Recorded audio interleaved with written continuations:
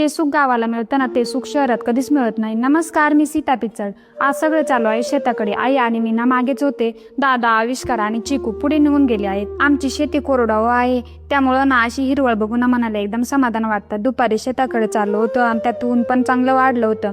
पोरं अजिबात टोप्या घालत नव्हते. शेताकडे आल्यावर ना काही मिळतंच. दादा बोलले, हे पिवळा धोत्रा, याची मुळी ना मूळव्याधासाठी खूप उपयोगी आहे आणि आंब्यालाही भरपूर सारा बारा आला. तर म्हटलं यावर्षी भरपूर सारे आंबे खायला मिळतील. ही आमची चिकूची गावाकडची मज्जा. सुट्टीच्या दिवशी ना नेहमी आम्ही गावाला येतो.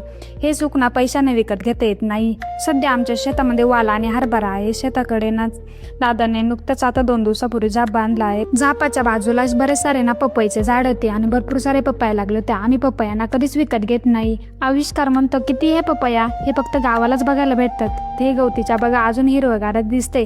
झापामध्ये आलं तर हे चिकूचे आमचे कारनामे चालू होते. दादा सांगत होते, हे 2 दिवसामध्ये मी झाप बांधले, कसं वाटते म्हणले. एकदम मस्त झालंय बरं का. त्यात हे आमचा हिरो बघा.